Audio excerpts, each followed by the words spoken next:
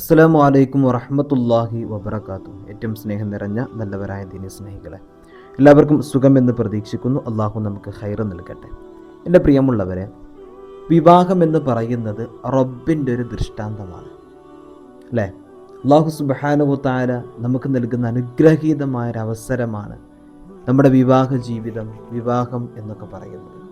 റബ്ബിൻ്റെ പരിശുദ്ധമായ ഖുർആൻ തന്നെ നമ്മെ ഓർമ്മപ്പെടുത്തിയത് അങ്ങനെയാണ്. നിങ്ങൾക്ക് സമാധാനം, നിങ്ങളുടെ മനസ്സിൻ്റെ ഒരു കുളിർമ, നിങ്ങൾക്ക് സമാധാനം, ശാന്തി ഉണ്ടാകാൻ, അല്ലേ? നിങ്ങൾക്ക് ഞാൻ ഇണകളെ തരികയാണ്, ഭാര്യ ഭർത്താവിനെ നൽകുകയാണ് എന്ന് അള്ളാഹു സുബ്ഹാനഹു വതആല വമിൻ ആയാത്തിഹി എന്ന് പറഞ്ഞാണ് അള്ളാഹിൻ്റെ വിശുദ്ധ ഖുർആനിൽ തന്നെ അതിനെ നമ്മെ പരിചയപ്പെടുത്തുന്നത്.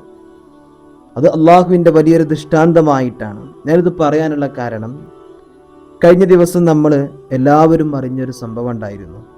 തളിപ്പറമ്പിൽ വെച്ചിട്ടൊരു വിവാഹം നടന്നു. വധുവിൻ്റെ വീട് തളിപ്പറമ്പിലാണ്, വരൻ്റെ വീട് വളപട്ടണത്തുമാണ്. എൻ്റെ പ്രിയമുള്ളവരെ, വളരെ സങ്കടം തോന്നുന്ന ഒരു തരത്തിലുള്ള ഒരു വിവാഹം തന്നെയായിരുന്നു അത്. എന്ന് പറഞ്ഞാൽ ആ നാട്ടുകാർക്ക്, അവരുടെ വീട്ടുകാർക്ക്, അതുപോലെ തന്നെ മറ്റു ബന്ധപ്പെട്ടവർക്ക്, അയൽവാസികൾക്കൊക്കെ വല്ലാതെ പ്രയാസപ്പെടുത്തുന്ന രീതിയിലുള്ള ഒരു വിവാഹം. നമുക്കത് കാണുമ്പോൾ തന്നെ വളരെയധികം സങ്കടവും സഹതാപവും തോന്നും. നമ്മൾ മനസ്സിലാക്കണം എന്താണ് വിവാഹം എന്നത്. നമ്മൾ പറഞ്ഞല്ലോ, റബ്ബിൻ്റെ ദൃഷ്ടാന്തമാണ്. ഹബീബായ റസൂൽ സല്ലല്ലാഹു അലൈഹി വസല്ലമ തങ്ങൾ അവിടുന്ന് നമുക്ക് നൽകിയ ഒരു ഇബാദത്ത് പോലെയാണ്, പരിശുദ്ധമായൊരു ഇബാദത്ത് തന്നെയാണ് പുണ്യമാന ഈ ഒരു കർമ്മം, വിവാഹ കർമ്മം എന്ന് പറയുന്നത്. അത് നമ്മളൊന്ന് മനസ്സിലാക്കണം. അല്ലെങ്കിൽ വലിയ നഷ്ടമാണ് നമ്മുടെ മക്കളുടെ, നമ്മുടെയൊക്കെ കുടുംബജീവിതത്തിൽ നമുക്കുണ്ടാകുന്നത് എന്നറിയാതെ പോകരുത്. പല മക്കൾക്കും സത്യം പറഞ്ഞാൽ എന്താണ് വിവാഹത്തിൻ്റെ അന്നത്തെ ദിവസം ചെയ്യേണ്ടത് എന്ന് പോലും അറിയുന്നില്ല. വാപ്പ അത് എതിർത്താൽ വാപ്പയ്ക്ക് പുറത്ത് നിൽക്കാം. മക്കള് എതിർക്കുകയാണ് വാപ്പയോടും ഉമ്മയോടും ഒക്കെ. അല്ലെങ്കിൽ ചില മാതാപിതാക്കൾ അതിന് സപ്പോർട്ട് ചെയ്യാണ്. ഇതുപോലെ എൻ്റെ ഒരു സുഹൃത്തിൻ്റെ വീട്ടിൽ ഇങ്ങനെ ഒരു കല്യാണം ഉണ്ടായപ്പോൾ അവന് പറയാണ്, അവൻ്റെ ഭാര്യയോടും ബന്ധപ്പെട്ടവരോടും പറഞ്ഞു, ആ കല്യാണത്തിൽ അങ്ങനെ പേക്കൂത്തുകളുണ്ട് എന്തെന്തൊക്കെ അറിഞ്ഞപ്പോൾ അതിന് പോകണ്ട. കുറേ മഞ്ഞ കല്യാണം, പച്ച കല്യാണം എന്നൊക്കെ പറഞ്ഞിട്ട് കുറേ ഉണ്ടല്ലോ, അല്ലേ? അപ്പം അങ്ങനെ ഓരോ കല്യാണങ്ങളെ കുറിച്ചൊക്കെ പറഞ്ഞപ്പോൾ അതിന് പോകരുത് എന്ന് അവരുടെ ഫാമിലിയോട് പറഞ്ഞു. അപ്പോൾ ബന്ധപ്പെട്ട ആരോ എന്ന് പറഞ്ഞു തരേ, അവരുടെ വാപ്പ മരണപ്പെട്ടിട്ടുണ്ട്. അപ്പോൾ പറഞ്ഞു തരേ, വാപ്പ ഉണ്ടായിരുന്നെങ്കിൽ എടാ എൻ്റെ വീട്ടിൽ ഇങ്ങനൊന്നും കല്യാണം നടക്കാൻ അയക്കൂലട്ടോ, വാപ്പാൻ്റെ കാര്യം മറക്കരുത്.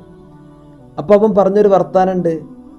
ആ സഹോദരൻ്റെ അടുത്ത് സങ്കടത്തോടെ പറയാണ്, ഈ സഹോദരൻ പറയാണത്തരെ, പെണ്ണിൻ്റെ വാപ്പ പറയാണത്തരെ, ഇതിന് പറ്റൂല എന്നുണ്ടെങ്കിൽ ആരും അങ്ങനെ പറ്റാത്തവരെന്ത് ചെയ്യണ്ട, കല്യാണത്തിന് കൂടണ്ട. അങ്ങനെ ഒരു വർത്താനമാണ് എൻ്റെ പ്രിയമുള്ളവരെ കേട്ടതെന്ന് പറഞ്ഞു. നമ്മൾ മനസ്സിലാക്കണം, നമ്മുടെ മക്കളുടെ ഭാവി നല്ല ഭാവിയാണ് നമ്മൾ ആഗ്രഹിക്കുന്നത്, അല്ലേ? നമ്മളെപ്പോഴും ദുആ ചെയ്യാൻ പറയലൊക്കെ അതിനേക്കരം. പക്ഷേ മക്കളുടെ നല്ല ഭാവി നമുക്ക് ലഭിക്കണമെങ്കിൽ ഇങ്ങനത്തെ കുറച്ച് കാര്യങ്ങൾ ഇത് നമ്മൾ ശ്രദ്ധിക്കണം. ഇത് നമ്മൾ ശ്രദ്ധിക്കാതിരുന്ന വലിയ നഷ്ടം നമുക്കുണ്ടാകും. നമ്മുടെ മക്കളുടെ ഭാവി എന്ന് പറഞ്ഞിട്ട് നമ്മൾ തന്നെ അത് കളഞ്ഞു പൊളിക്കുന്ന സാഹചര്യമാണ്. ഇങ്ങനെയൊക്കെ നടന്നാൽ, ഇങ്ങനെയൊക്കെ ചെയ്ത് നമ്മുടെ മക്കളുടെ നല്ല ഭാവി നമുക്ക് കിട്ടുമോ? ഒരിക്കലും കിട്ടൂലല്ലോ. ഇങ്ങനെ കിട്ടുക, നമുക്ക് നല്ല ഭാവി കിട്ടണമെങ്കിൽ ആ നല്ല രീതിയിൽ നമ്മൾ നിൽക്കണ്ടേ, നമ്മുടെ മക്കളെ വളർത്തണ്ടേ. നമ്മൾ പറയും, കെട്ടിച്ചു വിട്ട് കുറച്ച് കഴിഞ്ഞാൽ പറയും, എൻ്റെ മകള് ഇങ്ങോട്ടെ പോന്നിക്കുകയാണ് പറയും, അല്ലേ?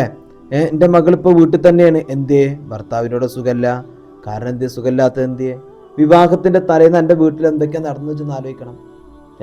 ആ വിവാഹത്തിൻ്റെ സമയത്ത് എന്തൊക്കെയാണ് എൻ്റെ പെണ്ണ് നടന്നെന്ന് ആലോചിക്കണം. നമ്മൾ ഹറാമ് കൊണ്ട് അത് ബർക്കത്തില്ലാതെ നമ്മൾ തുടങ്ങിയാൽ അത് ഒട്ടും അങ്ങനെ തന്നെ കാരണം. ഒരു വീട് പണി നടക്കുമ്പോൾ ആ വീട്, ഒരു ബിൽഡിങ്, അതിൻ്റെ തറ പണി ശരിയായിട്ടില്ല എന്നുണ്ടെങ്കിൽ മേലേക്ക് എത്ര നമ്മൾ എടുത്തിട്ടും കാര്യമില്ലല്ലോ, ഉണ്ടോ?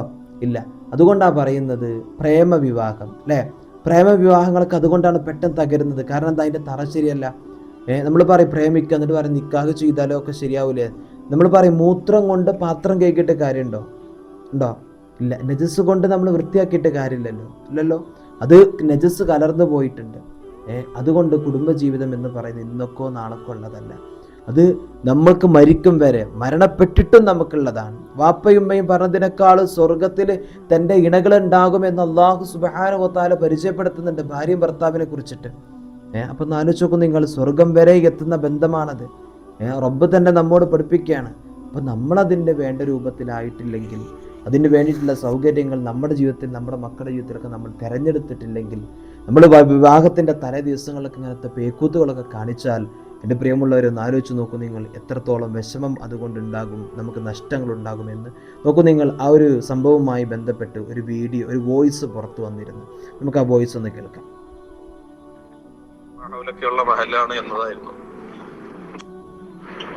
എന്താ പറയാ, ഒരു വളപട്ടണം മഹലിനെ കുറിച്ചൊക്കെ നമ്മൾ ചിന്തിച്ചതും നമ്മൾ മനസ്സിലാക്കി നല്ലൊരു ദിനി മാഹൗലൊക്കെയുള്ള മഹലാണ് എന്നതായിരുന്നു.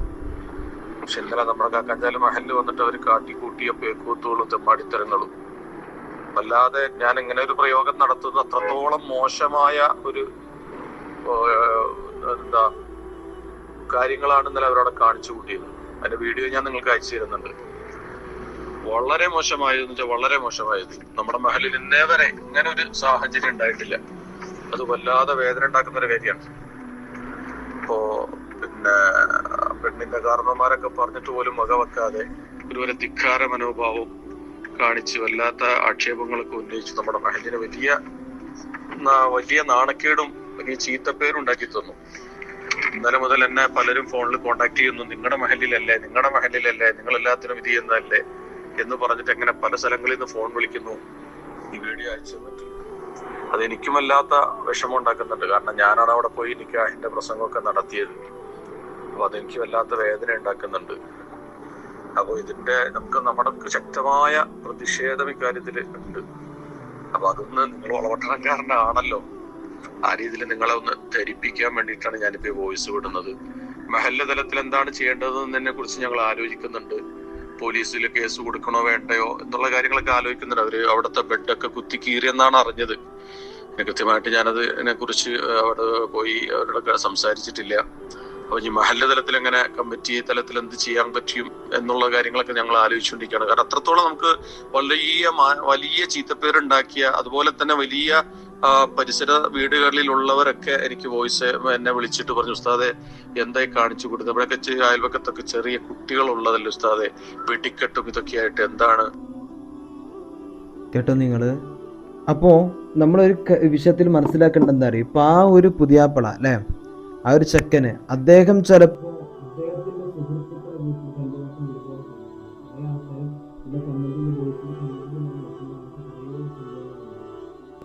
ചെയ്തിട്ടുണ്ടാകും. അപ്പൊ തിരിച്ചിട്ട് അവനെയും ചെയ്യാണത്. അങ്ങനെ ആയിരിക്കണം അല്ലെ, പല സ്ഥലങ്ങളിലും അങ്ങനെ ഉണ്ട്. ഇപ്പൊ നാളെ ദിവസം കണ്ടൊരു പാടത്ത് ചേറില് പെണ്ണിന്റെ വീട്ടിലേക്ക് കൊണ്ടുപോകുന്ന സിസ്റ്റാണ്. പാടത്ത് ചേറിൽ എന്ത് ചെയ്യാം, മുക്കിയിട്ട് കുന്തിയിട്ടുണ്ട് പോകുമ്പോ പെണ്ണിന്റെ. അപ്പൊ ഇവനൊക്കെ ചിലപ്പോൾ എന്തായിട്ടുണ്ടാവും, ഇങ്ങനെ കാര്യങ്ങൾ ചെയ്തിട്ടുണ്ടാകും. അതുകൊണ്ടാണത്. പക്ഷെ ഇതൊക്കെ തീർക്കുന്നത് വിവാഹ സമയത്താണ്. നമ്മൾ ചെറുപ്പക്കാർ മനസ്സിലാക്കണം മക്കളെ, വിവാഹം എന്ന് പറയുന്നത് നിങ്ങൾക്ക് കളിക്കാനുള്ളതല്ല, വലിയൊരു ഇബാദത്താണത്. മനസ്സിലാക്കണം. നമ്മൾ ഒരു ജീവിതം തുടങ്ങുകയാണ്. അപ്പോൾ നമ്മൾ മറ്റുള്ളവർക്ക് വേണ്ടിയിട്ട് ഇതുപോലെ ചെയ്യുമ്പോൾ പിന്നെ അവർ നമുക്കൊരു അവസരം വരുമ്പോൾ ഇങ്ങനെ ചെയ്യണം. പക്ഷെ ഇതുകൊണ്ട് നോക്കൂ നിങ്ങൾ, ആ വളപ്പട്ടണം എന്ന് പറയുന്ന മഹല്ല് തന്നെ അതുകൊണ്ട് ആകെ അടങ്ങേറായിട്ടുണ്ട് അല്ലേ, മറ്റുള്ളവരുടെ സംസാരം കൊണ്ടും പ്രവർത്തനവും വാക്കുകൊണ്ടൊക്കെ. അതുപോലെ തന്നെ ആ വാപ്പയ്ക്കും ഉമ്മയ്ക്കും എത്ര ഇടങ്ങേറുണ്ടാകും. സത്യം പറഞ്ഞാൽ അങ്ങനെ ഒരു പുതിയാപ്പിള അവിടേക്ക് വരുന്നുണ്ടെങ്കിൽ പെൺകുട്ടിനെ അവൻ്റെ കൂടെ പറഞ്ഞു വിടരുത്. എത്ര പൈസ ചിലവാക്കിയാലും വേണ്ടില്ല, അവൻ്റെ കൂടെ ആ പെണ്ണ് തീരുമാനം എടുക്കണം, എനിക്ക് അവനെ വേണ്ടാന്നുള്ളത് അല്ലേ. ആ ഒരു തീരുമാനത്തിലേക്ക് എത്താൻ കഴിയണം. എന്നാലോചിച്ച് നോക്കൂ നിങ്ങൾ. നമ്മൾ പെൺകുട്ടികളൊക്കെ സ്റ്റാൻഡേർഡ് ആയിട്ട് മുന്നോട്ട് വരണം. എന്തിന് ഇങ്ങനത്തെ വിഷയങ്ങളിലൊക്കെ. പക്ഷെ ഇത് പെൺകുട്ടികളും ചില ആളുകൾ സപ്പോർട്ടാണ്, ആടാനും പാടാനും തുള്ളാനും ഒക്കെ. പക്ഷെ നമ്മൾ മനസ്സിലാക്കണം, നിങ്ങൾ വിവാഹം കഴിച്ചിട്ട് മറ്റൊരാളുടെ വീട്ടിൽ കൊണ്ടുപോകുമ്പോൾ ഒരു മാസത്തിനുള്ളതല്ലത്. നോക്കൂ നിങ്ങൾ, ഞാൻ പ്രണയ വിവാഹത്തിന്റെ വിഷയം പറഞ്ഞല്ലോ. മനുഷ്യന്റെ ശരീരത്തിൽ പ്രണയത്തിലൊക്കെ വരുന്നൊരു സംഭവമുണ്ട്. ടോപ്പമിൻ എന്ന് പറയുന്ന ഒരു ഹോർമോൺ ശരീരത്തിൽ ഉൽപാദനം നടത്തുന്നുണ്ട്. പിന്നെന്താ, നിങ്ങൾ ആ പ്രണയ വിവാഹം നടന്ന് കുറച്ച് കഴിഞ്ഞാൽ ഹണിമൂൺ ടൈമും കഴിഞ്ഞാൽ പിന്നെ ഈ ടോപ്പമിൻ എന്ന് പറയുന്ന ഹോർമോൺ അങ്ങോട്ട് നിർവീര്യമാകും, അങ്ങനെ അങ്ങോട്ട് ഇല്ലാണ്ടായി പോകും. പിന്നീടാണ് എന്ത് വരുന്നത്, അവരുടെ ജീവിതത്തിൽ പ്രശ്നങ്ങൾ ഉണ്ടാകുന്നത്, ബർക്കത്ത് നഷ്ടപ്പെടുന്നത്, ഭാര്യയെ സമീപിക്കാൻ കഴിയാതെ വരുന്നത്, ഇങ്ങനെ ഒരുപാട് പ്രശ്നങ്ങൾ അവൻ്റെ ജീവിതത്തിലും അവളുടെ ജീവിതത്തിലും വരുന്നത്. ഇത് സ്വന്തം ഒന്ന് ഇരുന്നിട്ട് ചിന്തിക്കുക. നമ്മൾ മൊബൈലും നമ്മൾ ഈ ഗെയിമും മറ്റു കാര്യങ്ങളൊക്കെ ഇങ്ങനെ യൂസ് ചെയ്യാനല്ലോ പല മക്കളും. അതിൻ്റെ പുറമെ നമ്മുടെ മക്കൾക്ക് ഇങ്ങനത്തെ ഒന്ന് കാണിച്ചു കൊടുക്കും. നമ്മുടെ മക്കൾ പല തെറ്റുകളിലേക്കും മറ്റൊക്കെ പോകുന്ന ഒരു വിഷയമുണ്ട്. ഞാൻ ഇപ്പോൾ കൂട്ടത്തിൽ പറയാണ്, ലഹരിയുടെ ഉപയോഗം ഇന്ന് സാധ്യതകൾ കൂടുതലാണ് അല്ലേ. എന്തുകൊണ്ടെന്നറിയോ, എന്തുകൊണ്ടെന്നറിയോ? നമ്മുടെ മക്കളുടെ നമ്മുടെ വീട്ടിൽ പത്രം വരുത്തുന്നുണ്ടോ? പല വീടുകളിൽ നിന്ന് പത്രമല്ല.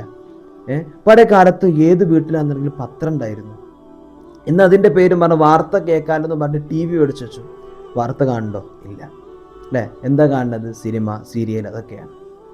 ഈ പത്രത്തിൻ്റെ എല്ലാ സാധ്യതകളും കുറഞ്ഞു സമൂഹത്തിൽ, ഇല്ലാതെയായിപ്പോയി. പിന്നീട് നമ്മുടെ കുട്ടികളുടെ കയ്യിൽ എന്താണ്? പിന്നുള്ള മൊബൈൽ ഫോണാണ്. അവർക്കെന്ത് ന്യൂസ്, അവർക്കെന്ത് കാര്യം, അവർക്ക് വീഡിയോ ഗെയിം, അതുപോലെ തന്നെ മറ്റു കാര്യങ്ങളൊക്കെയാണ് അവരുടെ ചിന്തയിലുള്ളത്. അപ്പോൾ നമ്മളൊന്ന് മനസ്സിലാക്കണം, പത്രത്തിലുണ്ടാകുന്ന വാർത്തകൾ, മയക്കുമരുന്ന് പിടിക്കുന്ന വാർത്തകൾ, കഞ്ചാവ് പിടിക്കുന്ന വാർത്തകൾ, കള്ളിൽ അക്രമം കാണിച്ചിട്ട് പിടിക്കുന്ന വാർത്തകൾ, അവർക്കുള്ള സ്റ്റേഷൻ എന്തൊക്കെ മറ്റു കാര്യങ്ങൾ, ജയില്, അവരുടെ കേസും കാര്യങ്ങളും അന്വേഷണങ്ങളൊക്കെ നമുക്ക് പത്രത്തിൽ കാണും. നമ്മളെ കുട്ടികളത് വായിക്കുമ്പോൾ പഠിച്ചവനെ ഇതൊക്കെ വല്ലാത്തൊരു മോശത്തരാണല്ലോ, നാണക്കേടാണല്ലോ എന്ന് അവർ വിചാരിക്കും. നേരെ മറിച്ചും കാര്യങ്ങൾ അതിനെക്കുറിച്ച് യാതൊരു ചിന്തയും നമ്മുടെ കുട്ടികൾക്കില്ല, ഒരറിവുമില്ല. അവർക്ക് ആകെ ഉള്ളത് സിനിമ, സീരിയൽ, ഈ വീഡിയോ ഗെയിം, അതുപോലെ തന്നെ മറ്റു റീൽസുകൾ, ഇതൊക്കെയാണ്. അതിലൊക്കെ കാണുന്ന എന്താണ്? കഞ്ചാവ് ഉപയോഗിക്കുന്നതും അതുകൊണ്ട് അവർ ആഹ്ലാദിക്കുന്നതും തുള്ളുന്നതും ചാടുന്നതാണ്. അപ്പോൾ അവരുടെ മൈൻഡ് പിന്നെ അതിലേക്ക് വരികയാണ്. മനസ്സിലാക്കണം. അപ്പോൾ അതുകൊണ്ടാണ് നമ്മുടെ പ്രിയപ്പെട്ട മക്കളൊക്കെ അങ്ങനത്തെ വിഷയത്തിൽ വഴി പിഴച്ചു പോകുന്നതും തെറ്റ് ചെയ്യുന്നത്. അതിനൊക്കെ നമ്മൾ തന്നെ സാഹചര്യം ഒരുക്കി കൊടുക്കുന്നത്. പത്രം വാങ്ങിച്ചിട്ട് നമ്മുടെ മക്കളും നമ്മൾ ഇരുന്നിട്ട് ഒന്ന് ഒപ്പം വായിക്കണം. ഒന്ന് വായിച്ചോ കൊണ്ടു കുറച്ച് പേജ് മക്കൾക്കും കൊടുത്തിട്ട് ഒന്ന് ഇരുന്നിട്ട് നമ്മളൊന്ന് വായിക്കുക. എന്നിട്ട് എന്ത് ചെയ്യുക? നമ്മുടെ മക്കളെ ആ പത്രത്തോടുള്ളൊരു പ്രതിബദ്ധത, വായിക്കാനുള്ളൊരു ത്വര ഉണ്ടാക്കി കൊടുക്കുക. അതുണ്ടെങ്കിൽ തന്നെ ഇങ്ങനത്തെ തെറ്റുകളിൽ നിന്ന് നമ്മുടെ കുട്ടികൾ ഒഴിഞ്ഞു മാറും. കാരണം അതിലുള്ള കേസും അതിലുള്ള വിഷയങ്ങൾ അവർ കാണുകയാണ്. പത്രം കൊണ്ട് ഒരുപാട് ഉപകാരം ഉണ്ടെന്ന് മനസ്സിലാക്കണം നമ്മൾ കേട്ടോ. അപ്പോൾ അതുപോലെ തന്നെ നമ്മൾ കൂട്ടത്തിൽ പറഞ്ഞു എന്നേ ഉള്ളൂ. പക്ഷേ ഈ വിഷയത്തിൽ, വിവാഹത്തിൻ്റെ വിഷയത്തിൽ നമ്മൾ ശ്രദ്ധിക്കണം. അല്ലാഹു സുബ്ഹാനഹു വ തആല നമുക്ക് ഖൈറ് നൽകട്ടെ. നമ്മുടെ മക്കളുടെ വിവാഹം കൊണ്ടും മറ്റുമൊക്കെ നമ്മൾ വശലാകുന്ന ഒരവസ്ഥ ഉണ്ടാകരുത്. അതിനു വേണ്ടി ശ്രദ്ധിക്കുക. ഓരോ മഹല്ല് കമ്മിറ്റിയും, ഓരോ വാപ്പയും ഉമ്മയും, അതിലുപരി കെട്ടുന്ന ചെറുക്കനും ഈ കെട്ടുന്ന പെണ്ണും ഒരു തീരുമാനമെടുക്കണം. എൻ്റെ മഹല്ലിൽ എന്ത് വേണം, എൻ്റെ വീട്ടിൽ എന്ത് വേണം, എൻ്റെ വിവാഹത്തിന് എന്ത് വേണം. മനസ്സിലായോ? ഇങ്ങനത്തെ ഒരു തീരുമാനം നമ്മൾ എടുത്താൽ, നമ്മൾ സ്വയം നമ്മളൊന്ന് നഫ്സിനോട് സംസാരിച്ച് നമ്മളെടുത്താൽ ഈ പ്രശ്നങ്ങളൊക്കെ നമുക്ക് തീർക്കാൻ കഴിയുന്നതുള്ളൂ എന്ന് മനസ്സിലാക്കുക. റബ്ബ് നമുക്ക് തൗഫീഖ് നൽകട്ടെ. നമ്മുടെ വിവാഹം നമ്മുടെ ഈ മുസ്ലിം സമുദായത്തെ പറയിപ്പിക്കുന്ന രൂപത്തിൽ ആകരുത്. മഹല്ലിനെയോ ഉസ്താദന്മാരെയോ നമ്മുടെ വാപ്പയോ അമ്മയോ പറയിപ്പിക്കുന്ന രൂപത്തിലാകരുത്. നമ്മുടെ വിവാഹം കൊണ്ട്, പ്രവർത്തനങ്ങളെ കൊണ്ട് നമ്മുടെ ബന്ധപ്പെട്ടവർ ഏതെങ്കിലും രൂപത്തിൽ വിഷമം അനുഭവിച്ചാൽ, എങ്ങനെയെങ്കിലും കണ്ണീരൊഴുക്കിയാൽ നമ്മുടെ ജീവിതമാണ് നശിച്ചു പോകുന്നത് എന്ന് നിങ്ങൾ മനസ്സിലാക്കുക. ഒരു സമൂഹം തന്നെ നമ്മുടെ കാരണം കൊണ്ട് നാശമാകുമ്പോൾ ഒന്ന് ആലോചിച്ച് നോക്കൂ. നിങ്ങൾ ഹൈന്ദവരുടെ വിവാഹം എത്ര മാന്യമായിട്ട് അവിടെ അമ്പലത്തിൽ വെച്ച്, ക്രൈസ്തവരുടെ വിവാഹം എത്ര മനോഹരമായിട്ട് അവരുടെ പള്ളിയിൽ വെച്ചിട്ട് നടക്കുന്നു. ഇന്ന് പല ആളുകൾക്കും നമ്മുടെ പള്ളിയിൽ വെച്ചിട്ട് നിക്കാഹ് നടത്തുന്ന വിഷയം പറയുമ്പോൾ തന്നെ എതിർപ്പാ. എന്താ അവിടെ അങ്ങനെ നടന്നില്ല, ഇവിടെ അങ്ങനെ നടന്നില്ല എന്നുള്ള വിഷയങ്ങൾ പറയുന്നുണ്ട്. അല്ലേ? നമുക്ക് പള്ളിയിൽ വെച്ചിട്ടൊന്ന് ആലോചിച്ച് നോക്കും. നിങ്ങൾ ആ നിക്കാഹ് നടത്തുക, അവിടുന്ന് ദുആ ചെയ്തിട്ട് ഇറങ്ങി പോകും. എന്തൊരു ബർക്കത്താണ് അല്ലേ? കോലാഹങ്ങളില്ല, കലാപങ്ങളില്ല, അവിടെ മറ്റു സംസാരങ്ങളില്ല. ആ രൂപത്തിൽ ഫാത്തിഹ ഓതി ദുആ ചെയ്ത് ആ നിക്കാഹ് കഴിഞ്ഞ് പോകുന്നൊരവസരം അല്ലേ? എത്ര മനോഹരമാണ്. അല്ലാഹു അങ്ങനത്തെയുള്ള വിവാഹങ്ങളും അങ്ങനത്തെ കാര്യങ്ങൾക്കും അല്ലാഹു നമുക്ക് തൗഫീഖ് നൽകട്ടെ. റബ്ബ് നമ്മുടെ ജീവിതത്തിൽ ഖൈറും ബർക്കത്തും നൽകട്ടെ, സലാമത്ത് നൽകട്ടെ. ആമീൻ. അസ്സലാമു അലൈക്കും വറഹ്മത്തുള്ളാഹി